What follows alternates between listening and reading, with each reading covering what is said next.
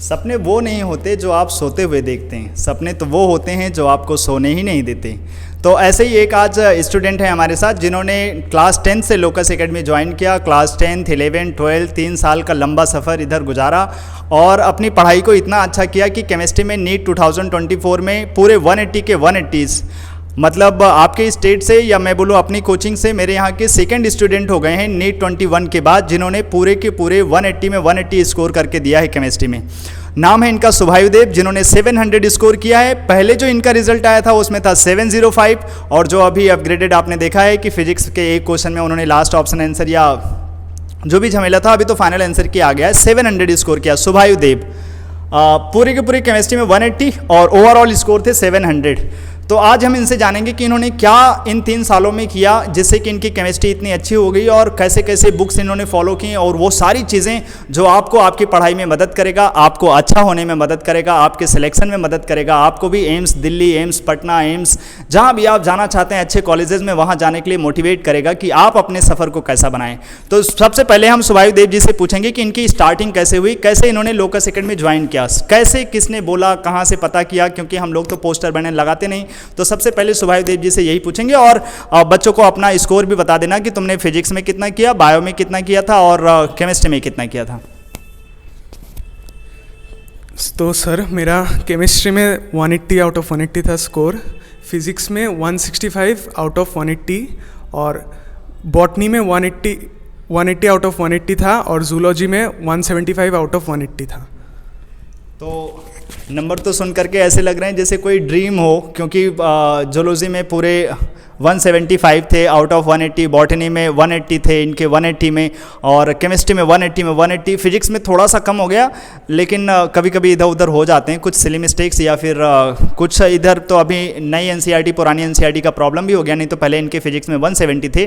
तो overall 700 rank अगर हम इनसे पूछें तो अप्रॉक्सीमेटली 1100 के आसपास, 1183। तो ये इनकी रैंक है। अक्सर 3 डिजिट और जो ये नंबर हैं वो लगभग 3 डिजिट के आसपास में ही रैंक है, और काफ़ी प्यारी मानी जाती है, जिसमें एम्स मिलने के चांसेस बहुत ज़्यादा होते हैं, और मोस्ट प्रोबेबली इनको एम्स पटना मिलेगा। तो सबसे पहला जो क्वेश्चन था वो मैं फिर से इनसे रिपीट करूँगा कि बताइए आपने कैसे लोकस एकेडमी ज्वाइन किया, जब आपने 10th क्लास में locus academy first time join किया था, क्योंकि हम लोगों ने फर्स्ट टाइम तब फ्रेश नया 9-10 शुरू किया था, उसके पहले पढ़ाते ही नहीं थे। तो हमारे 9-10 के तब मैंने 10 से ही शुरू किया था, तो तुम लोग 10 से ही थे। हाँ, तो फर्स्ट टाइम जो मैंने 9-10 पढ़ाना शुरू किया था उस बैच के ये स्टूडेंट हैं, और जहाँ से स्कोर आए हैं 700 और अपने केमिस्ट्री में 180 में 180। तो कैसे ज्वाइन किया था, किसने बोला था कि यहाँ ये शुरू हो रहा है, क्योंकि हम लोग एडवर्टाइजमेंट तो देते नहीं थे उस टाइम पे, वीडियो भी नहीं बनाते थे कि किसी को वीडियो मिल गया हो कि मैंने 10 शुरू कर दिया। तो कैसे पता चला था कि इधर आना है? सर अभी तो एक ट्रेंड था ना कि 9th और 10th में वो 11th और 12th और उसके बाद के प्रिपरेशन करने के लिए चांस मिलता है। तो मेरे पापा इधर से गुजर रहे थे, घर के पास ही है आपका सेंटर, तो एक दिन देखा कि फाउंडेशन कोर्स और 11-12 का लिखा हुआ है पोस्टर। तो मतलब पता नहीं था आपके बारे में इतना ज़्यादा। तो गए, पापा गए, फिर बात किया उन लोगों से बात किया, फिर पता चला कि ऐसे ऐसे सब होता है, फिर ज्वाइन किया आपके।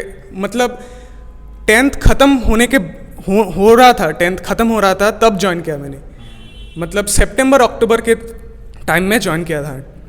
तब आप इनऑर्गेनिक पढ़ा रहे थे, मोल कॉन्सेप्ट ऑलरेडी पढ़ा चुके थे।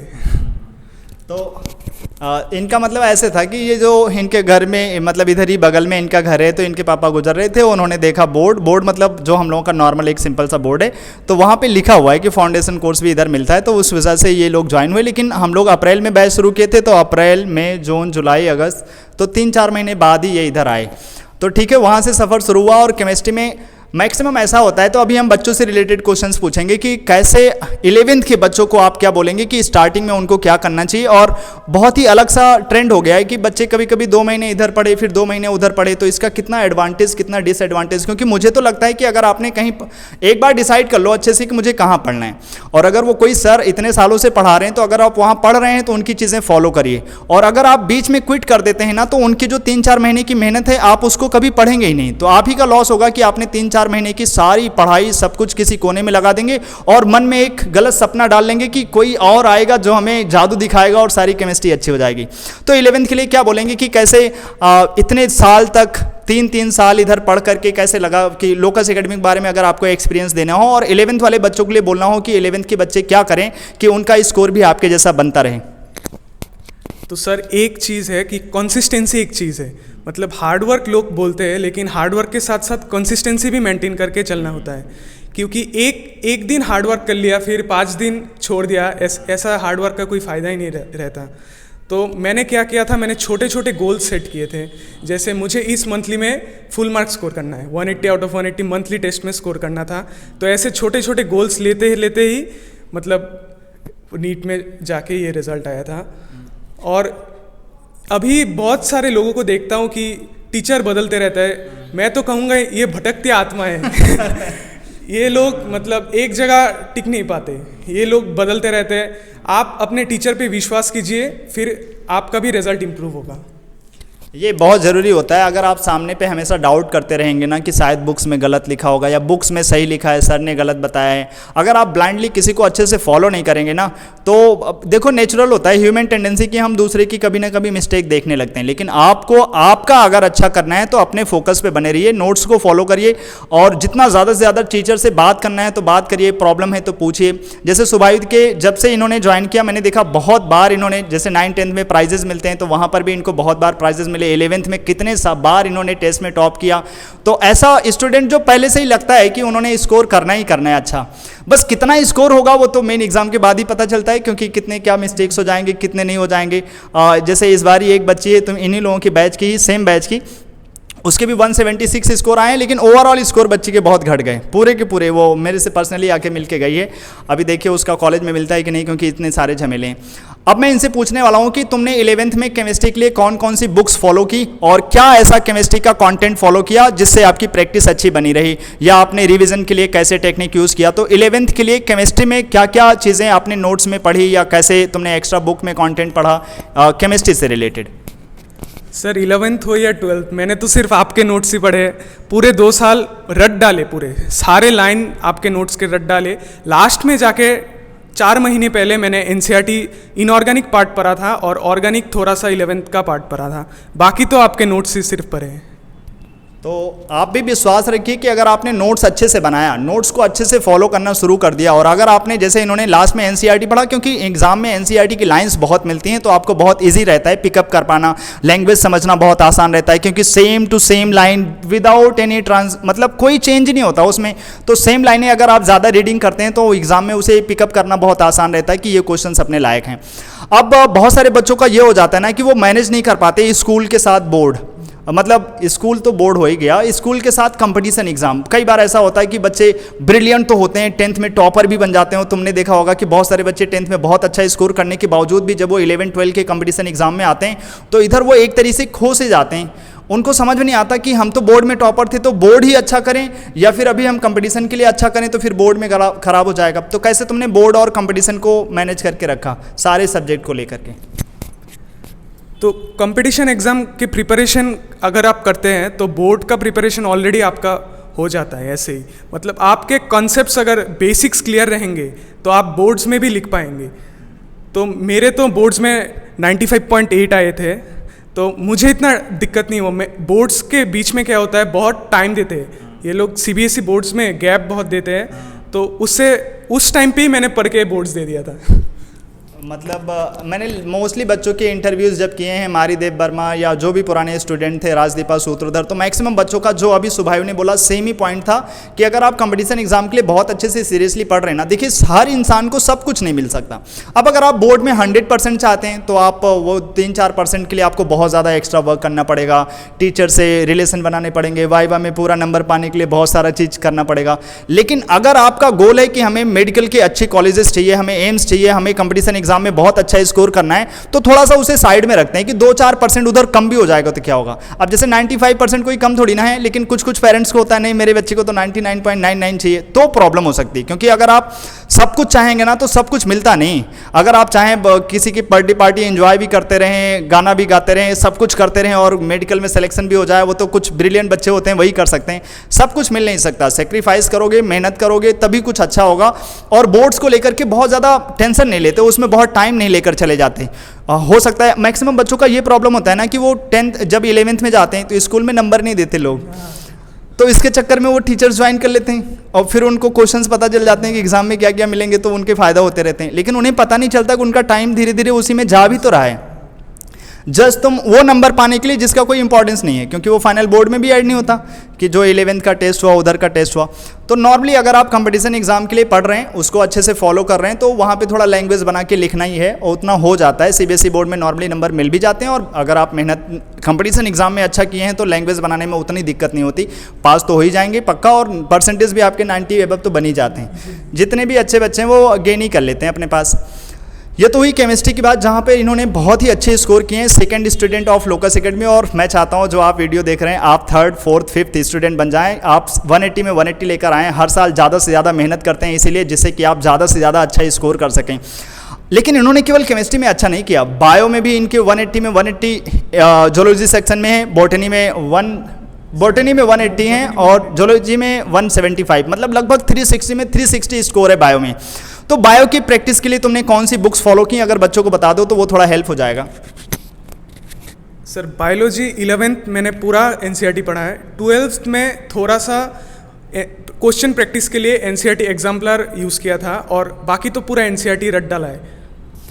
मैंने सुना है कि कोई मोहम्मद अली ऐसे करके बुक्स भी बायो में काफ़ी ज़रूरी पड़ता है, तो क्या उसके बिना भी आपने इतना अच्छा स्कोर किया या वो बुक भी प्रैक्टिस में लिया था? नहीं, मैंने ऐसा कुछ बुक्स यूज़ नहीं किया था, मैंने सिर्फ एनसीईआरटी पढ़ा था और क्वेश्चन प्रैक्टिस के लिए एनसीईआरटी एग्जाम्पलर यूज़ किया था। तो आप भी ध्यान से सुन लीजिए, अगर आप भी चाहते हैं कि बायो में लगभग 360 में 360 स्कोर करना, तो डिफरेंट पर्सन के लिए डिफरेंट स्ट्रेटजी हो सकती है। लेकिन इनकी जो स्ट्रेटजी थी कि हमने एनसीईआरटी की लाइनें अच्छे से याद रखनी है और लगभग 90% तो पार्ट उधर से कवर हो जाता है। कुछ जो extra questions out of NCERT type लगते हैं लेकिन वो होते हैं एनसीईआरटी के हैं लेकिन लैंग्वेज में समझ में नहीं आते, तो उसके लिए और ज़्यादा से ज़्यादा प्रैक्टिस के लिए इन्होंने एनसीईआरटी एग्जाम्पलर फॉलो किया, अच्छा स्कोर किया। 360 में 355 है इनका पूरा का पूरा, तो आप भी वो बुक फॉलो कर सकते हैं और अपने स्कोर को बायो में भी बहुत अच्छा बूस्ट कर सकते हैं। और फिजिक्स में भी इन्होंने बहुत ही अच्छा स्कोर किया है, 180 में 165 स्कोर करना मेन कंपटीशन एग्जाम में बहुत बड़ी बात होती है। और जो देखने में दूर से लगता होगा कि इतने तो 180 लाए इसमें कम, क्योंकि और सब में इतना अच्छा स्कोर किया है ना कि 165 कम लग रहा है, लेकिन 165 भी बहुत ही अच्छा स्कोर है। और ख़ास करके फिजिक्स के लिए कैसे तुमने स्ट्रेटजी बनाई, कैसे एनसीईआरटी को रीड किया, किस किस चैप्टर के लिए तुम्हें लगता है एनसीईआरटी बहुत अच्छा है, क्योंकि मैक्सिमम बच्चों का फिजिक्स थोड़ा ज़्यादा ही प्रॉब्लम वाला होता है कि बायो अच्छा कर लिया, केमिस्ट्री अच्छा कर लिया, फिजिक्स में वो गेन नहीं कर पा रहे। खास करके जो रिपीटर्स बच्चे हैं उनको बताओगे कि मैंने देखा है जो 11-12 में होते हैं बच्चे, वो कॉन्फिडेंस में तो रहते हैं फिजिक्स में, धीरे धीरे उनको पता चलता है, लेकिन रिपीटर्स को पता चल जाता है, वो तो 2 साल झेल के आए हैं। तो उनके लिए क्या बोलोगे कि वो फिजिक्स को कैसे फॉलो करें कि उनके नंबर ऐसे 160-170 तक गेन कर पाएँ? सर मेरा जो स्ट्रेटजी था वो कम्प्लीटली मतलब कुछ अलग था बाकी स्टूडेंट से। लोग मतलब क्या करते, क्वेश्चंस बहुत प्रैक्टिस करते हैं, मैंने मतलब यही थोड़ी कमी रह गई थी मेरी, इसलिए 165 आया। मतलब क्वेश्चंस इतने ज़्यादा प्रैक्टिस नहीं किया था मैंने, पूरा मतलब सब रट डाला था। जो सीधी भाषा में बोले तो सब रट डाला था। और मॉडर्न फिजिक्स जो है 12th का लास्ट पार्ट में वो एनसीईआरटी पढ़ा था पूरा। तो ध्यान से सुनिए, जो इन्होंने चैप्टर्स के नाम लिए मॉडर्न फिजिक्स, उसको एनसीईआरटी से अच्छे से रेट करिए। और इनकी इस बात पे नहीं जाइए कि रट डाला एक बुरा लैंग्वेज है, एक्चुअली में सारे सब्जेक्ट आपको रट नहीं पड़ते हैं, क्योंकि कुछ दिनों बाद तो नेचुरली आप भूल ही जाते हैं। आपने अगर 21 के टेबल 22 के टेबल भी पढ़े होंगे ना, तो कुछ दिनों बाद हम वो भूल ही जाते हैं। तो अल्टीमेटली हर एक चीज़ों को मेमोराइज करना ही रट्टाफिकेशन है, तो रटने के लिए बार बार प्रैक्टिस करना पड़ता है। तो इन्होंने ऐसे तो इनके 170 स्कोर हैं, 5 नंबर तो वो कंट्रोवर्शियल था, किसी को मिला किसी को नहीं मिला। तो जो 1-2 क्वेश्चन गलत हुए उसको छोड़ देते हैं। बस ये इनकी बातें ध्यान रखो कि हमें थोड़ा सा इनका, जैसे इन्हें खुद पता है कि हमने थोड़ी कम प्रैक्टिस की, अगर थोड़ा और प्रैक्टिस कर लेते तो शायद हमारे ये जो सिली मिस्टेक्स हुए थे वो नहीं होते। एनसीईआरटी की बुक्स फॉलो किया और ज़्यादा से ज़्यादा क्वेश्चंस प्रैक्टिस कैसे किया फिजिक्स का, कोई पर्टिकुलर बुक जो बच्चे फॉलो करके अपना अच्छा कर सकें, या ऑनलाइन में कोई टीचर या कोई चैनल जिसको तुमने फॉलो करके अपने फिजिक्स अच्छे कर लिए हो तो वो बच्चों को बता सकते हैं, क्योंकि नॉर्मली बच्चे बहुत परेशान रहते हैं, तो वो कैसे करें कि उनका अच्छा हो जाए। बुक्स तो मैंने सीपी सिंह यूज़ किया था। सीपी सिंह वॉल्यूम 1 और वॉल्यूम 2 बहुत अच्छे बुक्स है, बहुत क्वेश्चन है प्रैक्टिस करने के लिए। और ऑनलाइन प्लेटफॉर्म की बात करें तो फिज़िक्स वाला मैंने फ्री के जो वीडियोस होते हैं वो लिया था, वो देखा था, उससे बहुत हेल्प हुआ। उससे मैंने अलग अलग नोट्स बनाए और वो नोट्स बार बार रिवाइज करते करते मतलब सब याद हो गया था। तो जो ये सामने स्कोर देख रहे हैं ना 700, जिसमें केमिस्ट्री में तो पूरा 180 में 180 है, और इतने सारे स्कोर लाने के लिए ना बहुत ज़्यादा मेहनत करनी पड़ती।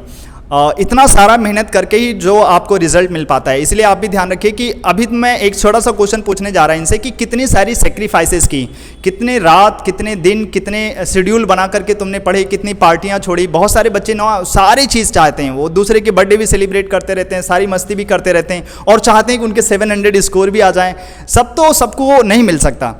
आप ना मतलब चाह करके भी कभी ऐसा नहीं हो सकता कि सबको सब कुछ मिले। अगर आप प्रधानमंत्री बनना चाहते हैं और 24 घंटे आराम करना चाहते हैं, ऐसा तो नहीं होगा। अगर आप प्रधानमंत्री बन रहे हैं, प्राइम मिनिस्टर बन रहे हैं, तो बहुत सारा उसके लिए रिस्पॉन्सिबिलिटी आ जाता है। ऐसे अगर आपका टारगेट है कि इतना अच्छा स्कोर गेन करना है, तो सुनिए ध्यान से, जो अगली चीज़ें ये बताएंगे क्या क्या सेक्रीफाइसेस, कितना करना पड़ा, कैसा टाइम शेड्यूल था। और जो इन्होंने सबसे पहले लाइन बोली वो मुझे बड़ी अच्छी लगी, कंसिस्टेंसी।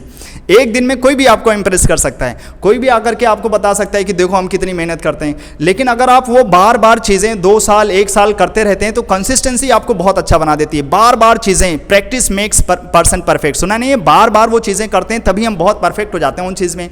तो सेक्रीफाइसेस के बारे में बताओगे, कितनी सारी चीज़ें तुमने मतलब टाइम शेड्यूल को लेकर के कितना घंटे तुमने पढ़ा और कितने ज़्यादा चीज़ों से, जैसे डिस्ट्रैक्शन से कितना बचना पड़ता है। अभी तो इतना ज़्यादा डिस्ट्रैक्शन है बच्चों के लिए, इंस्टाग्राम फेसबुक खोल लिया बस, उसमें 11-12 इनका निकल गया। तो क्या सेक्रीफाइसेस तुम्हें लगता है कि तुमने इतना सारा किया कि जिससे हमने अच्छा स्कोर कर लिया? मतलब बहुत सारे बच्चे ऐसे इंटरव्यू में बोल देते हैं कि मैंने 2-3 घंटे पढ़े और हो गया। तो थोड़ा रियलिटी में बता देना कि कैसे इतने स्कोर्स आते हैं, क्योंकि मुझे तो ऐसे आंसर बहुत बकवास लगते हैं कि आपने 2-3 घंटे पढ़ाई किया और इतने स्कोर आ गए। तो क्या क्या आपका टाइम शेड्यूल था और क्या कुछ इंपॉर्टेंट सेक्रीफाइसेस जो आपको याद हो, जो बच्चों को भी मोटिवेट कर सके कि भैया कुछ पाने के लिए तो बहुत कुछ खोना पड़ता है। तो वो बहुत कुछ में कुछ बताने चाह रहे सुभाष जी। तो सर मैं डेली हर रोज़ 9 से 10 घंटा पढ़ता था। तो सुबह 3 घंटा मेरा एक टारगेट था, सुबह 3 घंटा, दोपहर को 3 घंटा और रात को 3 या 4 घंटा पढ़ लेता था। तो सुबह मैं फिजिक्स लेके बैठता था, दोपहर को बायोलॉजी और रात में केमिस्ट्री पढ़ने में बहुत मज़ा आता था। तो सेक्रीफाइसेस भी किया है बहुत सारे, फैमिली फंक्शंस में नहीं गए, पार्टीज़ नहीं की, दोस्तों ने बुलाया फिर भी नहीं गया।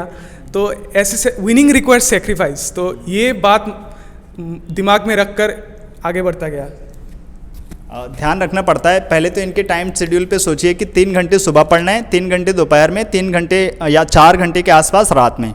रात में अक्सर वो नींद वाली प्रॉब्लम होती है, तो इन्होंने अपना फेवरेट सब्जेक्ट चुना। मुझे लगता है कि केमिस्ट्री इनका फेवरेट है, क्योंकि रात में बहुत ही मतलब उतनी इफ़िशियंसी से पढ़ाई नहीं हो पाती। तो मतलब होता है ना कि कभी कभी रात में वो नींद वाला फैक्टर आ ही जाता है, एक टाइम पे तो हो जाता है, या प्रॉपर शेड्यूल है, प्रॉपर नींद आप ले रहे हैं तो चलता है। तो इन्होंने 3 मतलब लगभग 9 घंटे डेली पढ़ाई करना, और ये इतना कर पाना वो भी विथ कंसिस्टेंसी, क्योंकि एक दिन पढ़ने से नहीं होता भाई। अगर आप सोचोगे कि आज 9 घंटे पढ़ लिया तो कल पार्टी कर लेते हैं, साथ में इन्होंने बोला कि इतना सब करने के साथ हमने ऐसे नहीं कि फैमिली फंक्शन, उनकी शादी है, उनका बर्थडे, उनका ये है तो हम वहाँ जा रहे हैं, या फ्रेंड्स का ये सेलिब्रेशन चल रहा है तो वहाँ जा रहे हैं। अब आपको ध्यान देना है कि आप कितने सेक्रीफाइसेस कर सकते हैं, कितनी सारी चीज़ें आप इग्नोर कर सकते हैं अपने आप को अच्छा बनाने के लिए। जितना ज़्यादा आप मेहनत करेंगे कुछ पाने के लिए ना, वो जो मैंने बोला है ना, ध्यान से सुनिए, कुछ पाने के लिए बहुत कुछ खोना पड़ता है। अगर आपने ये सेलेक्ट कर लिया कि हमें कुछ चाहिए, ऐसे स्कोर्स चाहिए, ऐसे एम्स के कॉलेजेस चाहिए, तो अभी से ध्यान रखिए कि हमें बहुत सारी चीज़ें अलग ही करके रखनी पड़ेगी। मैंने शायद ही सुभाई को कभी देखा होगा कि बैच में इन्होंने किसी से बात किया हो। और एक चीज़ ये भी मैं इनसे पूछ लेता हूँ कि क्या तुम्हारा फेवरेट सब्जेक्ट क्या था, क्योंकि मैंने तो बोल दिया केमिस्ट्री, लेकिन था भी कि नहीं था? सर मेरा फेवरेट सब्जेक्ट केमिस्ट्री था। लास्ट में जाके सर ने जो रैपिड रिवीजन एक शुरू किया था ना, उससे मेरा कॉन्फिडेंस बहुत बूस्ट हो गया। सबसे पहले मैंने नीट में केमिस्ट्री अटेम्प्ट किया था, क्योंकि मुझे बहुत कॉन्फिडेंस था केमिस्ट्री में। तो मेरा पहले से ही टारगेट था कि केमिस्ट्री में तो 180 में 180 लाना ही है। क्या बात है। मज़ा आ गया क्योंकि जिस दिन नीट का एग्ज़ाम हुआ था ना, रात में बहुत भयंकर तूफान बारिश आया हुआ था बहुत ही भयंकर। और तब भी ये बंदा अपना पेपर लेकर आया था पापा के साथ, जहाँ पर हमने सारे क्वेश्चंस देखे और मज़ा आ गया उस दिन। मतलब पूरे के पूरे क्वेश्चन सेम टू सेम, जैसे टिक करना चाहिए वैसे टिक करके सेम ऑप्शंस। मुझे डर लग रहा था कि कुछ कुछ क्वेश्चन थोड़े लग रहे थे कि शायद वो, अगर क्योंकि पढ़ाते पढ़ाते ऐसा सारी कंट्रोवर्शियल चीज़ें याद हो जाती हैं, तो मुझे लग रहा था कि अगर ये कंट्रोवर्सी से आंसर देगा तो इसमें दिक्कत हो सकती, इसलिए मैं कुछ दिन तक वेट कर रहा था। लेकिन फाइनली जब रिजल्ट आया तो सारे बबल्स वही निकले जो इन्होंने फिल किए थे करेक्ट। तो पूरे के पूरे 180 स्कोर करना, और फेवरेट सब्जेक्ट तो वही हो जाता है जिसमें आपके स्कोर्स आने लगते हैं, जिसमें मज़ा आने लगता है, जिसमें मुझे तो लगता है जिसमें आप टीचर से प्यार करते हैं ना, उसमें सब्जेक्ट से भी प्यार हो जाता है। जिसमें आप टीचर को इग्नोर करना शुरू करते हैं, टीचर की रिस्पेक्ट कम करना शुरू करते हैं, ना चाहते हुए भी आपके वो सब्जेक्ट नीचे चले जाते हैं, डिक्लाइन हो जाते हैं, क्योंकि टीचर इक्वल्स टू सब्जेक्ट हो जाता है। कोई मेरा नाम लेता होगा तो केमिस्ट्री मन में आ ही जाता होगा, कोई दूसरे सब्जेक्ट का अगर टीचर का नाम लेता होगा तो वो सब्जेक्ट याद आ जाते हैं। अगर टीचर अच्छा लगने लगा ना तो आप वो सब्जेक्ट अच्छा करने लग जाएंगे, बात करने लग जाएंगे टीचर से, और वो सब्जेक्ट से धीरे धीरे प्यार हो जाएगा। आप भी ऐसे अपना बनाइए, अपनी पढ़ाई को एंजॉय करिए, इतनी सारी मेहनत करिए कि आप भी अच्छे जगह पर जाएँ। और लास्ट जो सुभायु जी अपने कॉलेज में जा रहे हैं तो इनके लिए बेस्ट विशेष कि आगे अच्छा से अच्छा कर सकें। एक छोटी सी क्वेश्चन बस पूछ लेते हैं कि ये आगे क्या करना चाहते हैं और फ्यूचर में तुम्हारा क्या है। कि अब तो एम्स, लगभग एम्स पटना तुम्हें मिल जाएगा अप्रॉक्सीमेटली, तो फ्यूचर के लिए कुछ सोचा है कि एम्स पटना जब यहाँ से MBBS करके निकलोगे तो कुछ और प्लानिंग बनाया है कि मुझे फॉरेन जाना है, क्योंकि एम्स पटना में बहुत सारे बच्चे इधर से हैं, राजदीपा सूत्रधर, उज्जैनी जी, तो उन लोगों ने बोला कि हमें लंदन जाना है ये करने के लिए, वहाँ जाना है। तो कुछ ऐसे अभी प्लानिंग है या केवल कॉलेज इन्जॉय करना है और फिर धीरे धीरे हमें फिर डिसाइड करेंगे? सर मुझे इंडिया में ही रहना है कॉलेज एंजॉय करेंगे धीरे धीरे। फिर एक इच्छा है कि नीम हंस में MD करने का इच्छा है। चलो भगवान करे इनकी सारी विशेष पूरी हो जाएं। और आप लोगों ने वीडियो देखा उसके लिए बहुत बहुत धन्यवाद। आपने अपने भी लाइफ में आप अच्छा सा कुछ कुछ चेंज लेकर आइए, सेक्रीफाइसेस लेकर आइए, अपने हार्ड वर्क करिए और अपने काम से खुश रहिए।